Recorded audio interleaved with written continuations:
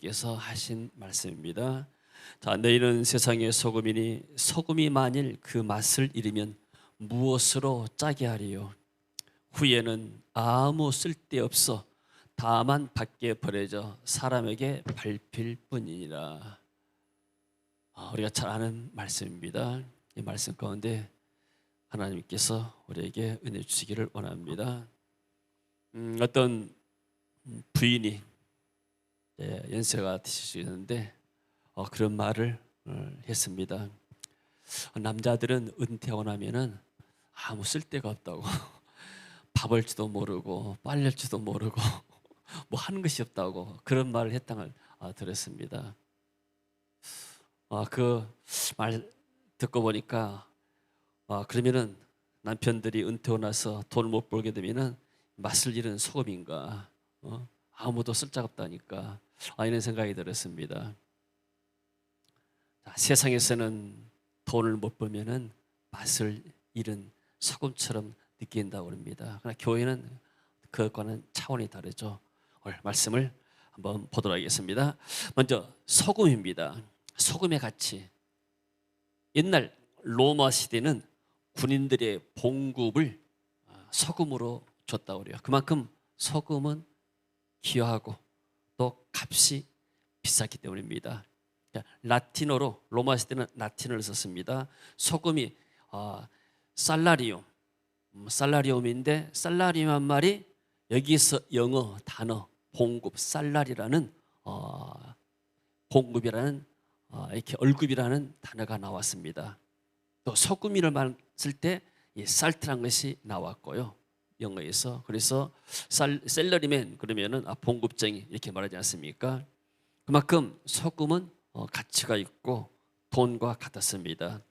그래서 로마 시대 셀러리맨은 군인들에게 소금을 지급했고 또 군인들이 소금이 귀하기 때문에 소금은 이제 바다에서 염전에서 나는데 이런 내륙 지역 같은 데는 소금을 운반하려면 누가 운반하는가? 마치 지금 이렇게 코로나 백신을 군인들이 이렇게 운반한다는 것처럼 이 로마 군인들이 이 소금을 이렇게 운반했다. 왜냐하면 이건 돈이기 때문에 도둑 놈들도 있고 여러 가지 또 해를 당할 수가 있기 때문에 그래서 군인들이 소금을 운반하는 일을 했기 때문에 병사를 뜻하는 영어 단어 솔저란 말이 소금이란 말에서 나왔다고 합니다. 자, 그러면 이 소금의 성분은 무엇인가? 소금은 변하지가 않습니다. 소금을 이렇게 보통 우리가 소금을 사게 나면은 간수가 빠지게 보관하지 않습니까? 근데 소금은 쉽게 말해서 변치가 않는 그런 성질이 있습니다. 그리고 소금은 순결하단 말은 상하지 않단 말이죠. 부패하거나 상하지 않고 순결하고. 그리고 소금은 고르게 하죠. 우리가 이렇게 김장할 때도 소금으로 순을 죽이는 것. 이것도 어떤 면에서는 고르게 한 것이죠. 자, 골로새 4장 6절 말씀을 봅니다. 너희 말을 항상 은혜 가운데서 소금으로 맛을 냄과 같이 하라. 그리하면 각 사람에게 마땅히 대답할 것을 알리라. 김치는 7번 죽어야 맛을 낸다. 그런 메시지를 한번 한 적이 있습니다. 뽑힐 때 한번 칼로 뽑힐 때 한번 김치가 죽고 이것을 이제 칼로 자를 때 또 한번 죽고 소금으로 뿌릴 때 절일 때 죽고 이것을 또 이렇게 간하고 또 양념을 비비고 그리고 나중에 사람의 입에 들어갈 때까지 해서 한 7번 과정이 있는데 그래야 맛이 난다는 것처럼 우리 그리스도인들도 어떤 면에서 세상에 살다가 교회로 오게 되면 세상적인 세속적인 마인드 세상적인 생각들이 많이 있습니다. 이런 것들이 언제 정화되는가 순수하게 되는가 하나님의 말씀을 통해서 은혜를 계속 받고 나게 되면 내 마음이 이제 복음화되어 가고 하나님의 말씀으로 가까이져 갑니다. 그렇지 않게 되면 우리 세속적인 마인드가 있습니다. 그래서 성도는 소금이 뭐 같은가? 은혜를 받아야 소금 같은 역할을 감당할 수가 있습니다. 할렐루야. 은혜 없는 종교. 로마 가톨릭에서 왜 개신교가 나왔는가? 소금의 맛을 상실했기 때문에 사람에게 밟혔습니다. 교회는 마땅히 예수의 십자가를 통해서 희생을 또 이렇게 섬김을 해야 되는데 교회가 크다 보니까 돈이 많이 들어왔습니다. 그리고 권력이 생기니까 나중에 왕들도, 그때 유럽의 왕들도 교황청에서 세우고 피하고 이런 일이 있었어요. 우리 역사에서 카루사의 굴욕이라고 로마 황제가 독일 황제를 이렇게 폐위해버렸습니다. 그러니까 그 황제가 로마 교황청 앞에 가가지고 사죄하고 다시 한번 받는 그런 과정이 있었던 것 같아요. 그만큼 교회가 소금 역할이 아니라 권력과 탐하고 또 세상과 금욕과 탐하다 되니까 세상에 밟혀버리고, 그러니까 교회 안에 하나님의 생수의 말씀, 복음의 진리 말씀, 그리고 이 하나님의 은혜가 사라지고 나니까 거기에서 로마 캐토릭에서 개신교가 나온 거예요. 이게 땅에 밟힌 겁니다. 그래서 우리는 하나님의 은혜를 받아야 우리가 가면서 거기에 모든 분열들이 사라지고 또 모든 악한 말들이 사라지는 것, 은혜 가운데 소금으로 맛을 낸 것 같이 하면 은혜가 있어야 우리가 소금과 같은 역할을 한다, 그런 말씀이죠. 할렐루야. 소금의 중요성입니다. 자, 소금에 들어있는 나트륨이 우리 몸의 체액을 조절하고 뇌신경이나 근육을 움직이는데 필수 불가결한 요소라고 합니다. 소금이 없게 되면 올해 이렇게 더운 지역에 가서 사역하다 오게 되면 땀을 많이 흘립니다. 그래서 이렇게 선교 현장에 성도들이나 또 목사님들을 보게 되면은 굉장히 이렇게 나중에 당뇨가 많이 온 걸 봤습니다. 고혈압 오고 혈당 오고, 그래서 고생한 분들을 많이 봤는데 왜 그러냐니까 환경 자체가 그럴 수밖에 없는 것 같아요. 날씨가 덥죠. 더우니까 땀을 많이 흘리지 않습니까? 수분도, 땀이 많이 흘려서 물이 부족하면 탈수, 소금이 염기가 부족하면 탈진되잖아요. 그러니까 저렇게 한번 사회 나와야 되면은 꼭 한국에 컵라면 가지고 가지고, 한국에서는 컵라면 먹거나 일반 라면 때 저는 국물을 먹지 않습니다. 그런데 거기 가면은 국물까지 다 먹어요. 그래야 좀 속이 시원한 것 같고, 왜냐하면 이 탈진되니까. 그만큼 소금이라는 것은 우리 몸에 필수 불가결한 요소죠. 또 소금이 없으면은 음식에 맛을 낼 수가 없습니다. 여러분 아침 식사 맛있게 하고 왔습니까? 반찬이 맛있으려면은 소금이 간이 잘 맞지 않습니까? 그리고 소금을 통해서 음식의 부패를 방지합니다. 생선 같은 거 절일 때, 일반 고기도 뭐 할 때, 절일 때, 장조림 할 때 전부 다 소금으로 이 모든 부패하지 않도록, 음식 상하지 않도록 하지 않습니까? 그만큼 소금은 중요한 역할을 하게 되죠. 자, 그렇다면 소금과 같이 살았던 구약의 사람은 누굴까? 우리가 소금 막연하지만 어떤 사람이 구약에 소금처럼 살았을까? 다니엘이라는 사람입니다. 같이 읽습니다. 다니엘이 이 조서에 어인이 찍힌 것을 알고도 자기 집에 돌아가서는 그 방에 예루살렘으로 향하여 열린 창에서 전에 행하던 대로 하루 3번씩 무릎을 꿇고 기도하며 그 하나님께 감사하였더라. 우리가 지난번에도 잠깐 언급했는데 다니엘은 바벨론으로 포로 잡혀갔습니다. 근데 거기에서 총리가 됐어요. 워낙 이 사람이 지혜와 지식이 출중하니까 그 왕이 쓰신 거죠. 자, 근데 이 다니엘을 다른 총리들과 신하들이 시기했습니다. 이 이방 사람이 와서 우리를 다스리구나. 이 사람을 꺾어내야 되겠다. 여러분, 세상은 경쟁의 체제입니다. 학교에서 학생들도 공부를 할 때 서로 경쟁하잖아요. 그러니까 어린 마음에도 나보다 공부 잘하는 애가 있으면 시기가 돼요. 공부 못한 애들 가면 나보다 내가 1등 나야 되는데 이 친구 공부를 더 열심히 해서 1등 난다면 마음에 어떤 시기심이 생기죠. 이게 세상의 그런 마인드입니다.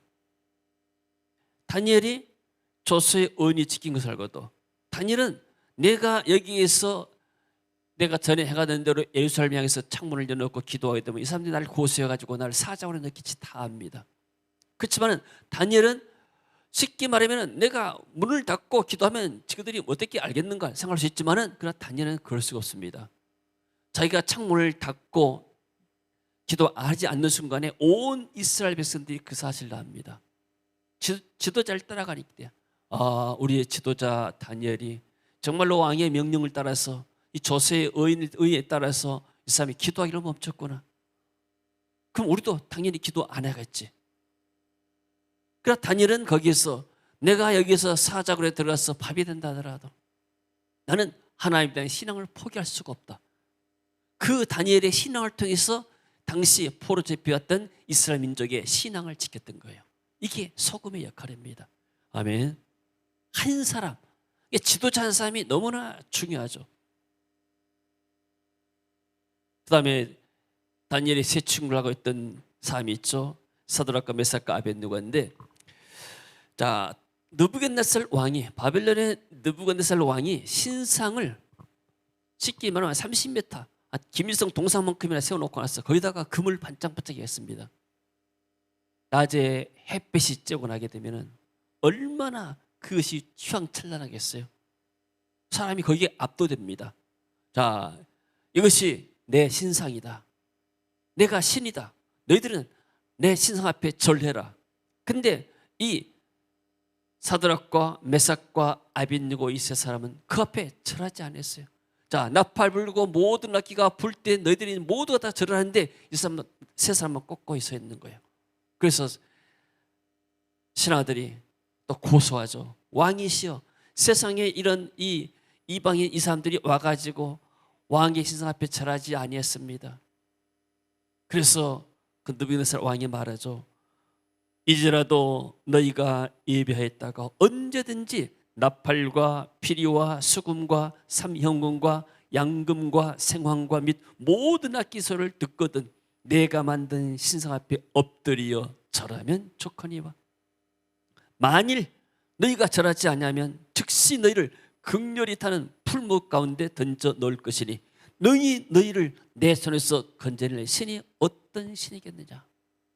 최후로 통첩합니다. 지금 당장 내 신상 앞에 절하지 않게 되면 너희들 저 풀무불에다가 불타는 지옥불 같은 풀무불에다가 너희들 집어넣겠다. 그래서 뭐라고 합니까? 같이 읽습니다. 사드락과 메삭과 아벳느고가 왕에게 대답하여 가로되 느부갓네살이여, 우리가 이 일에 대하여 왕에게 대답할 필요가 없나이다.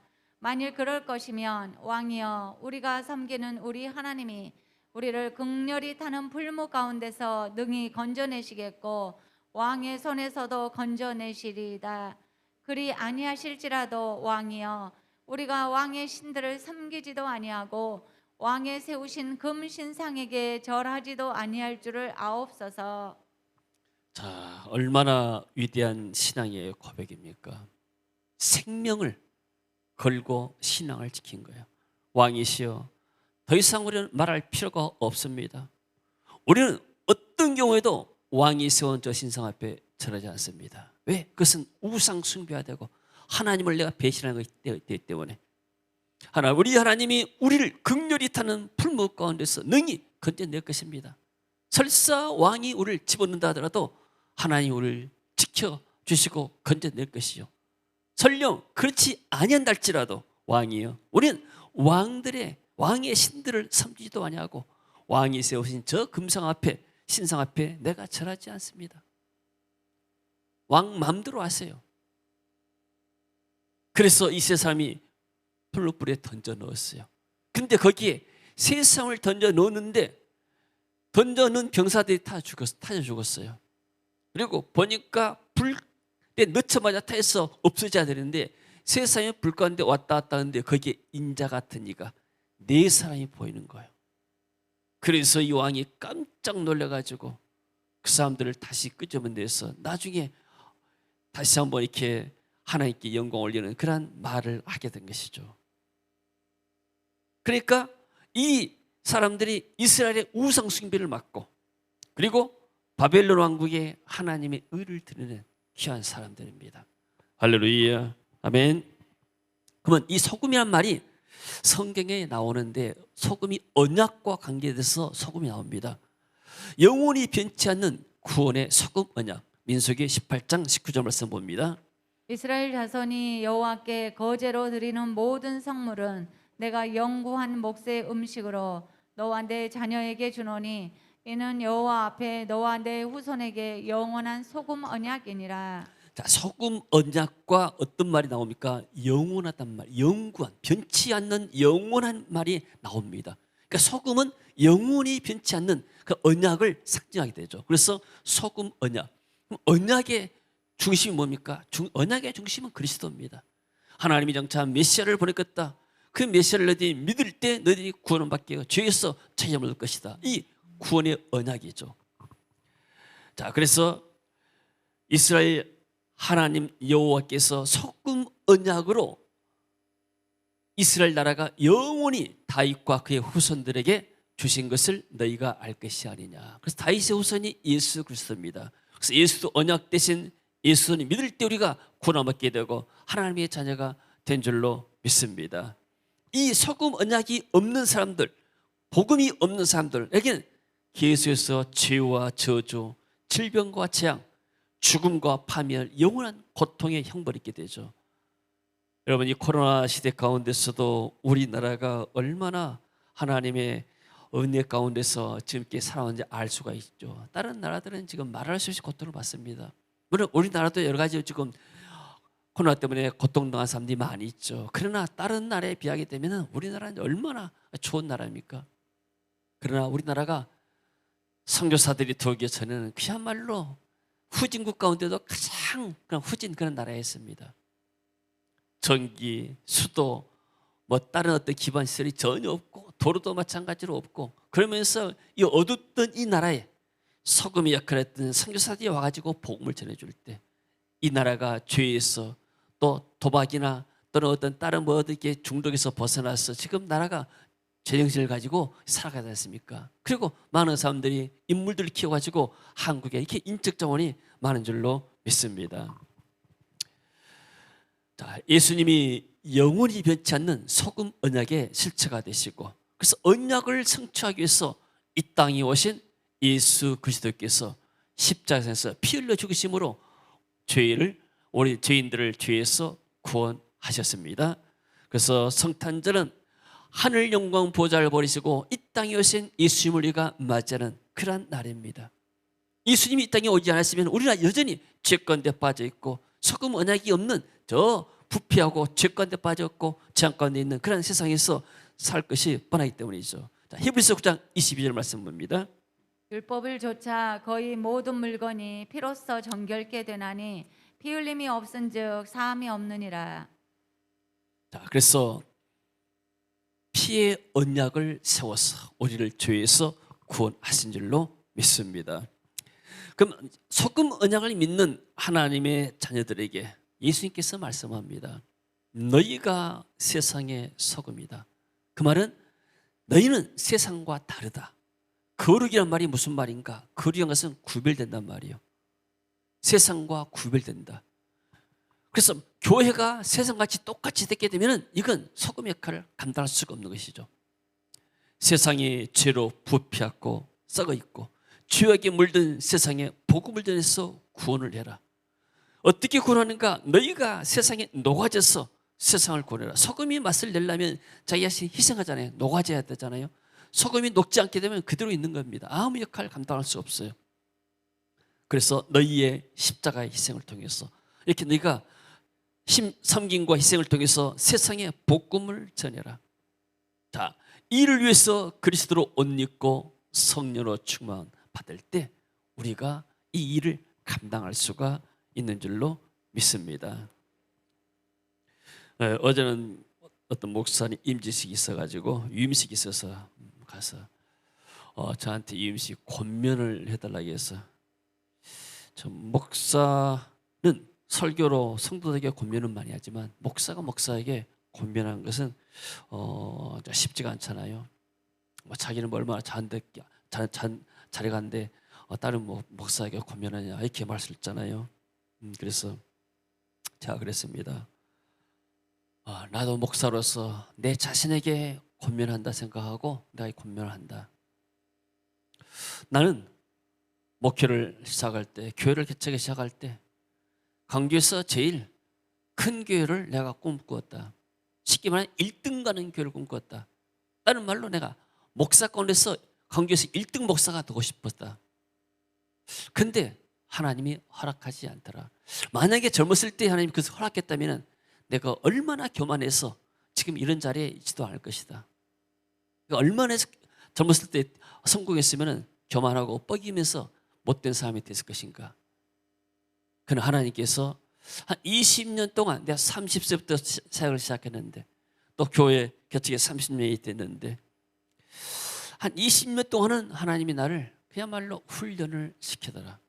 그래서 나는 내 목표는 교회 성장이었는데 어느 날 하나님께서 정말로 고통받고 있는 많은 주의 종들이 있다는 말씀을 주셨어.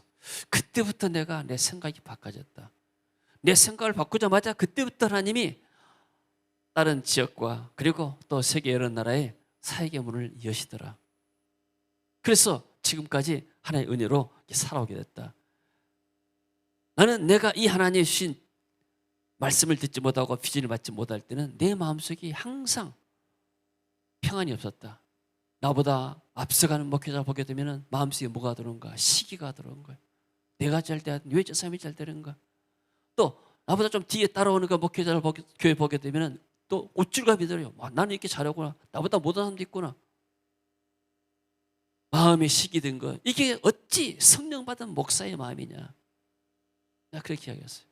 어떻게 성령 받은 목사의 마음이 시기심으로 가득하느냐? 그것이 바로 내 마음이었어요. 어쩌니까 여러분들은 남이 잘 되고 다른 성도가 잘 되고 다른 사람이 잘 되면 아직도 내 마음속에 시기가 있습니까? 질투가 있습니까? 그게 성령의 역사입니까? 성령의 열매는 사랑과 희락과 기쁨과 그리고 인내, 자비, 양선, 온유, 절제, 충성인데 그래서 내가 1등 나야 되는데 저 사람이 1등 나가니까 앞서가니까 그 사람을 잡아 끌어내린 것이 뭐예요? 이게 비난하는 거예요. 저 사람 나쁜 사람이야. 인격을 모독하고 비난하고 왜요? 저 사람을 비난하면서 내가 1등으로 올라가려고. 이게 세상적인 마인드예요. 내가 세상 많이 살아와서 그런 마인드가 목사의 마음속에 있다면 이게 무슨 목사냐 이게. 이게 성령 받은 목사냐.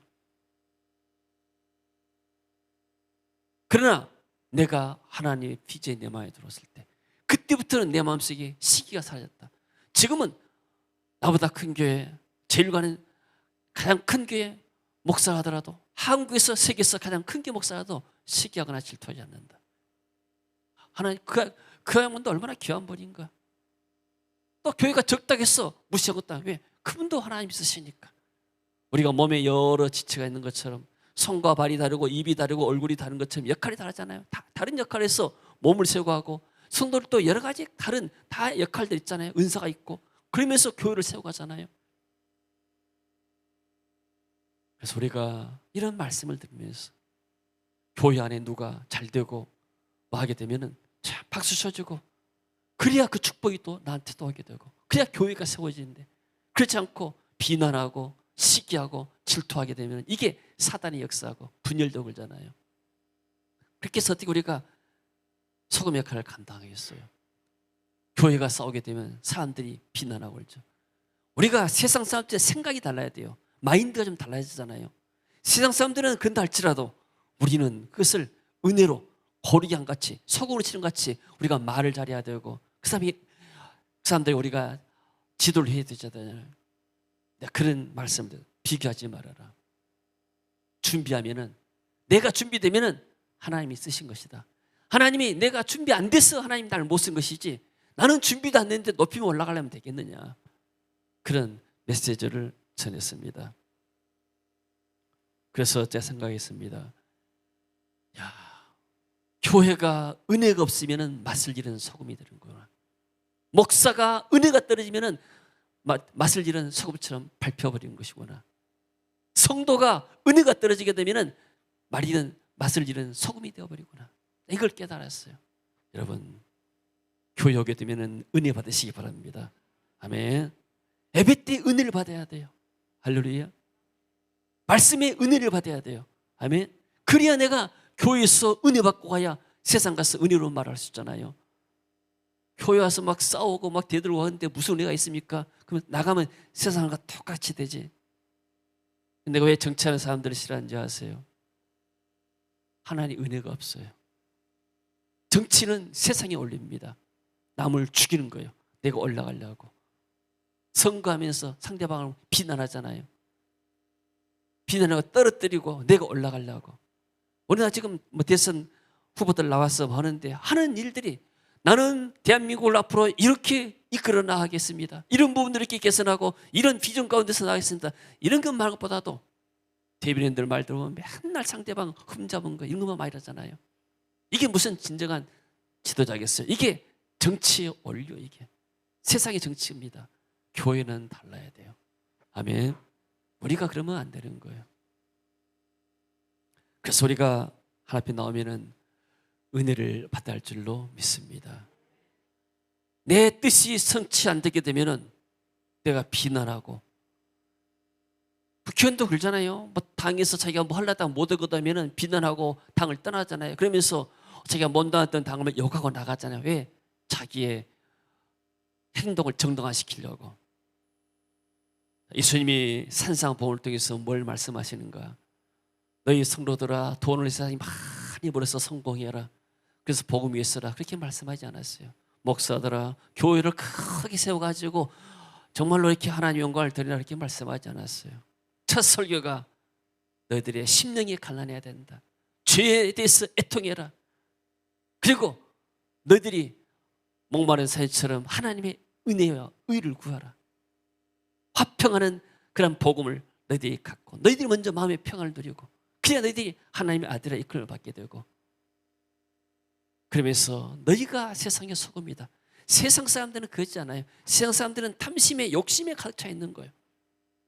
우리는 내가 희생하면서 가는 거예요. 우리가 GBS를 한 15년 동안 해왔지 않습니까? 만약에 GBS를 해서 우리가 돈을 벌고 이익을 얻게 된다면 벌써 다 이렇게 깨져 없을 거예요.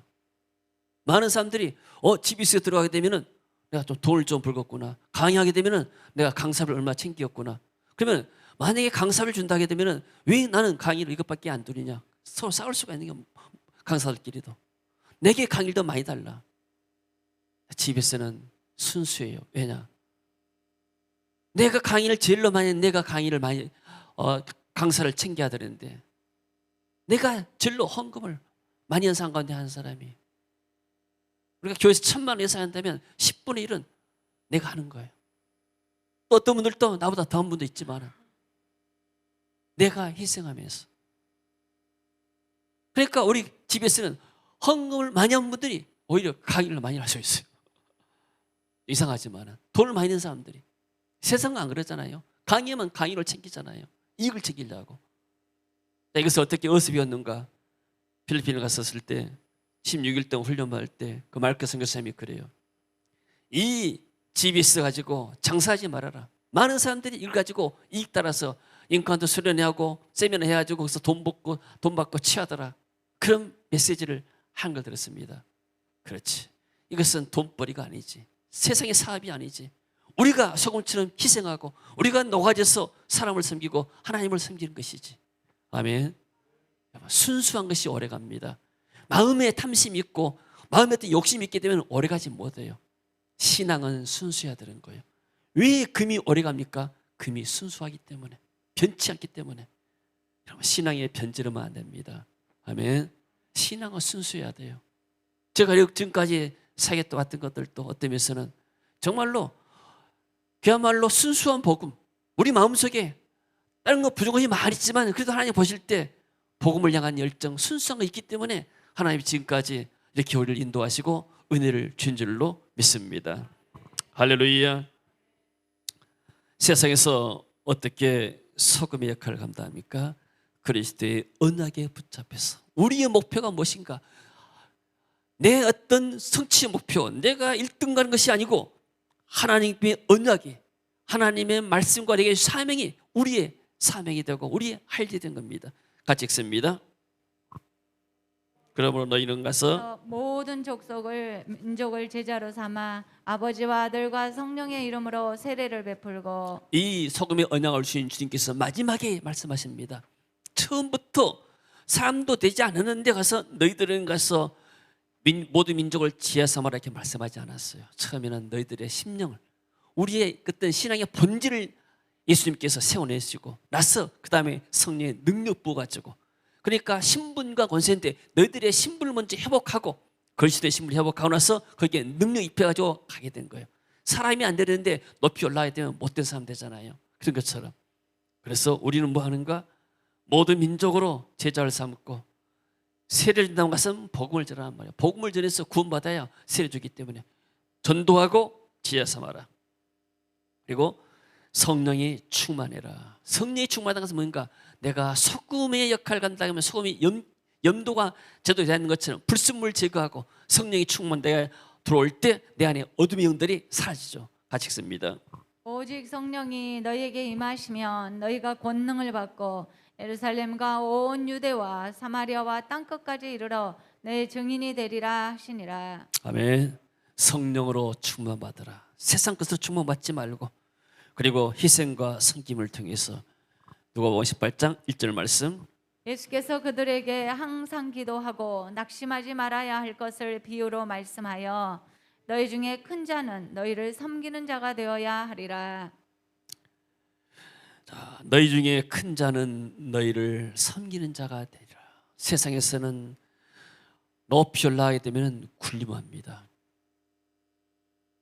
다스리려 하게 되고, 그러나 교회는 어떤 사람들이 큰 자인가? 많이 희생한 사람들이. 우리 교회 안에서 어떤 사람들이 가장 큰 사람들인가? 높은 지혜 있는 사람이 아니고 가장 봉사를 많이 하고 희생하고 헌신한 사람들, 이런 사람들이 하나님 나라에서 큰 자가 될 줄로 믿습니다. 세상에서는 눈에 보이는 것이 크게 됩니다. 그래서 우리는 이 소금 역할을 감당하기 위해서는 우리가 먼저 자신이 깨어지고 낮아지고, 그리고 내가 이렇게 그리스도로 충만될 때 하나님의 은혜를 내가 전달할 수 있는 통로가 될 줄로 믿습니다. 자, 결론입니다. 자, 우리나라가 과거에 죄가 많았습니다. 우상 숭배죄, 하나님이 가장 싫어하시는 것. 그리고 마을마다 시골마다 어디나 다 사람들 입에가 축복이 아니고 전부 다 저주, 욕들이 가겠잖아요.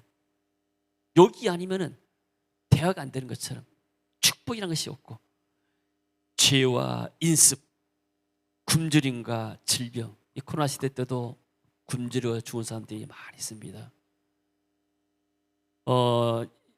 영상 하나 보니까 이단에서 자유를 찾아서 유럽으로 가는 난민들이 있었습니다. 그걸 다큐로 해서, 드라마로 해서 만들었는데, 보니까 이 사람들은 이단이 그 아주 어떤 이 전제주의, 그리고 그 종교가 있잖아요. 사람들을 못 살게 구는 거예요. 그러니까 자유를 찾아서 어디 가는가? 터키를 통해서 유럽으로 가요.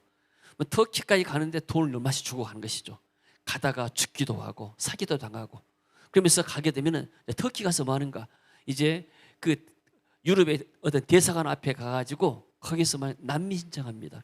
난민 신청해서 받아들여지게 되면은 이제 그 나라로 가게 되는데, 못 가게 되면은 또 어떤 비밀 경찰에 잡히게 되면은 다시 이란에 다시 되돌아와가지고 총살당하는, 죽게 하면 살기로 가는. 그러면서 가족들이 가면서 고통당을 보면서, 참 우리나라는 정말 얼마나 이렇게 자유로운 나라에서 살고 있는가, 그걸 사람들께 느끼게 됐습니다. 그 사람들이 이란을 떠나는 순간에 그 자유를 느끼고, 그리고 이 사람들이 다른 나라의 비자를 받았다 할 때 그야말로 기뻐하면서 하는데, 그 중에는 사기당한 사람도 있고 불법을 하다가 고통당한 사람도 있는 걸 봤습니다. 우리나라가 복음 때문에 이렇게 자유를 누리지 않습니까? 하나님의 은혜인 줄로 믿습니다. 각종 재앙, 잦은 전쟁, 5,000년 역사 가운데서 거의 뭐 5년마다 한 번씩 이렇게 전쟁이 시작하잖아요.